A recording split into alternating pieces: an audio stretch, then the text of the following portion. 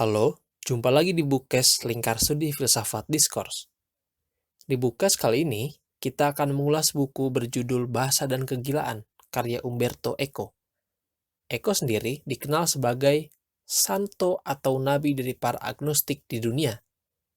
Kemampuannya dalam bidang semiotika dan bahasa menjadikannya sebagai salah satu pembaca naskah-naskah terbaik di dunia.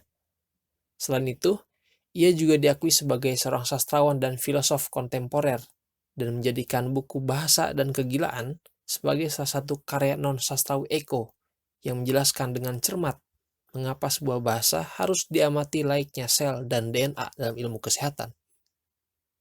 Lantas, mengapa kita harus membaca buku Bahasa dan Kegilaan? Secara garis besar, buku ini terdiri dari 5 bab yang di setiap babnya memiliki cukup kepadatan. Dimulai pada bab pertama misalnya, Eco berusaha menjelaskan bahwa manusia memiliki kemampuan linguistik yang sangat mutakhir melalui pendidikan vokal. Hal ini sebagaimana ia dapati dalam pertemuan dua pemikir besar, ialah Dante Alighieri dan Abraham Abulafia di Italia, yang pada perkembangannya membahas evolusi bahasa Ibrani Adamik purba, kemudian melahirkan rumusan ilmu Kabbalah. Di dunia modern, kesuksesan agama-agama Samawi lain di luar Yahudi dan menyalahartikan bahasa Ibrani Adamik purba menjadikan ilmu Kabbalah justru tetap murni sekaligus tersembunyi. Kemudian pada bab kedua, Eco menjelaskan bagaimana pembacaan sebuah bahasa menjadi salah kaprah meskipun itu diproses dalam forum-forum intelek. Namun uniknya, kesalahan ini justru menghasilkan kebenaran-kebenaran baru. Contoh yang diberikan Eco antara lain adalah bagaimana Athanasius Kircher menjadi bapak Egiptologi di tengah kesalahannya mengartikan fonetik beberapa hieroglif tertentu. Selain itu, kebangkitan neopagan sinofilia Prancis seperti Rousseau dan Diderot membuat wajah Eropa berpaling ke tradisi Cina, hingga kemudian Leibniz dan Spinoza berusaha merumuskan bahasa universal mengenai rumusan Weng-Weng sebagai objek penelitian utama, hingga pencarian ini menghasilkan bahasa biner yang berfungsi untuk kehidupan penuh teknologi kita hari ini.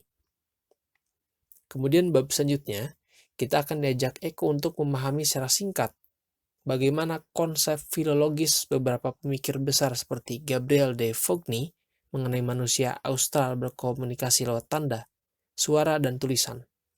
Atau pemikiran John Wilkins mengenai pendefinisian hingga kriteria Jorge Luis Borges dan Joseph de Maistre mengenai bahasa. Namun di luar semua teori yang dikemukakan, dibantah dan dikritik oleh Eco, ada alasan lain yang membuat buku ini harus dibaca, ialah aspek kegilaan Eco dalam mengutarakan sebuah gagasan yang mempermainkan bahasa dan imaji dari pembaca. Bayangkan saja bahwa dalam buku ini pembaca akan diajak untuk membayangkan bahwa Tuhan adalah seorang Chomskyan atau penganut Noam Chomsky. Dan di kesempatan yang lain, Eco bertanya kepada pembaca, mengapa seseorang dapat membedakan seekor unicorn dan badak? Ya, secara keseluruhan, buku ini cukup tepat dibaca bagi kita yang tertarik dengan analisis teks, bahasa, dan kajian media. Pun, bagi kawan-kawan yang tertarik dengan ide dari buku ini, maka akan baik pula jika pembacaan dilengkapi dengan buku-buku lainnya seperti Hiperrealitas dan On Literatur karya Umberto Eco. Namun bila kawan-kawan senang dengan gaya tutur yang dikemukakan dalam buku ini, kami sarankan juga untuk membaca Budolino karya Umberto Eco dan buku-buku Slavoj Žižek seperti Living in the End of Time. Buku yang terjemahkan oleh Pasaribu dan terbitkan oleh Sirka ini dapat teman-teman dapatkan juga di toko-toko buku indie terdekat. Atau bagi Anda yang tinggal di sekitaran Kota Malang, bisa langsung berkunjung ke Sekber Lingkar Studi Filsafat Diskurs di Jalan Mertojoyo. Dan satu lagi, jangan lupa sebelum membaca, siapkan alat tulis dan catatan untuk menandai poin-poin penting dalam buku ini. Selamat membaca.